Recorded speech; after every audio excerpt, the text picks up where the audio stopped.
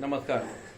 शनि साधना के हमारे इस कार्यक्रम में एक बार फिर आप सभी का स्वागत है। मैं आपका ज्योतिष मित्र पंडित हिमांशु ने आप सभी का स्वागत करता हूं और उम्मीद करता हूं कि आप सब कुशल मंगल होंगे। लाल किताब के अनुसार कुंडली के 8वें भाव में यदि गुरु हो तो क्या परिणाम मिलते हैं। देखिए, कुंडली का 8वां भाव होता है मृत्यु का भाव, एक गड्ढा, एक जीवन की समाप्ति का भाव, जटिलताओं का भाव, शोध का भाव, खोज का भाव, ध्यान का, समाधि का भाव। अधिकतर ग्रह इस भाव में अच्छा परिणाम नहीं देते हैं। अष्टम भाव कहीं ना कहीं अभाव को दर्शाता है। अब लेकिन यदि गुरु ग्रह जो भाग्य का कारक है, पुण्य का कारक है, धर्म का कारक है, हमारी प्राणवायु का कारक है, ऐसा ग्रह जब 8वें स्थान पर पहुंच जाता है तो क्या होता है। लाल किताब क्या बोलती है? लाल किताब बोलती है कि जब प्राणवायु, बड़े बुजुर्ग, हमारे गुरु ग्रह जो होता है हमारे जो दादा परदादा, हमारे बड़े भाई, हमारे बड़े संत पुरुष, इन सबका भाव, सबका कारक गुरु ग्रह को मानते हैं। और जब ये गुरु जो ग्रह 8वें स्थान में, मृत्यु स्थान में आता है तो निश्चित रूप से हमारे जो बड़े बूढ़े हैं उनकी आयु को संकट हो जाता है। श्वास की बीमारी, दमे की बीमारी ऐसे लोगों को होती है। गुरु ग्रह पुत्र का कारक होता है, गुरु ग्रह धन का कारक होता है। तो या तो पुत्र होगा तो उसको दिक्कत आएगी, और धन होगा, धन भी कहीं ना कहीं फंसा रहेगा आपका। गुरु गोल्ड का कारक होता है, सोना भी नहीं है आपके पास में। गुरु पेट का कारक होता है तो कहीं ना कहीं पेट की परेशानी भी है आपको। तो ये सब क्यों हो गया? क्योंकि गुरु महाराज 8वें स्थान में। गुरु ग्रह शिक्षा का कारक होता है, तो आपको यदि आपका गुरु कमजोर है तो आपको शिक्षा नहीं मिलेगी। तो ये सारी चीजें कहां से आएगी? जब गुरु ग्रह आपके 8वें स्थान में पड़ा हो। तो क्या करना चाहिए भाई साहब? आपको शमशान घाट में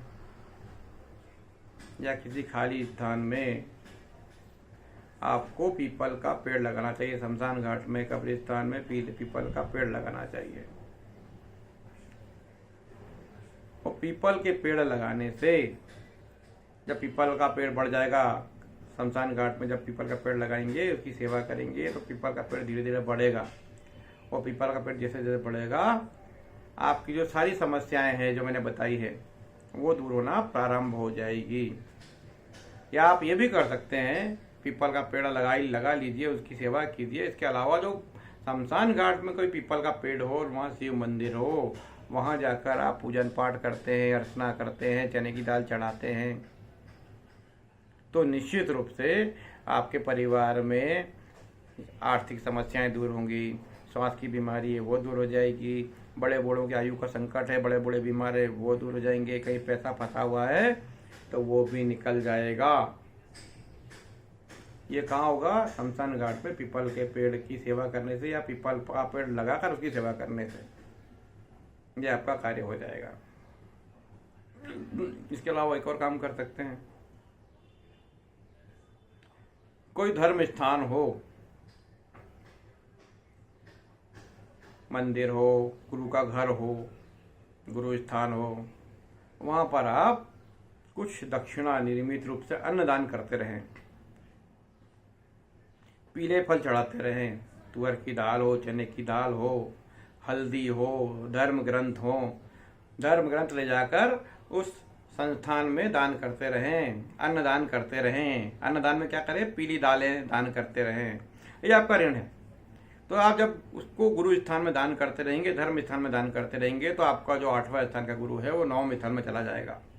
और ऐसा गुरु आपके जीवन में आर्थिक उन्नति और आपकी बौद्धिक उन्नति और आपकी धार्मिक उन्नति करेगा, आपका पुण्य बढ़ाएगा, और इससे आपको जीवन में सफलता प्राप्त होगी। पुखराज भी इस कुंडली में पहन सकते हैं आप। तो यदि कुंडली के 8वें भाव में गुरु हो तो इसका उपाय मैंने आपको बताया कि क्या दिक्कतें देता है और क्या करना चाहिए। आपको लाल किताब से जुड़ी हुई कोई समस्या हो, कुंडली में कोई समस्या हो और आप लाल किताब के माध्यम से उसका समाधान चाहते हैं तो मुझे आप अपनी कुंडली का डिटेल भेज सकते हैं। आपको मेरा कार्यक्रम कैसा लगता है बताइए। मेरे चैनल से जुड़े रहिए, चैनल को सब्सक्राइब कर लीजिए, लोगों से करवा लीजिए। नमस्कार।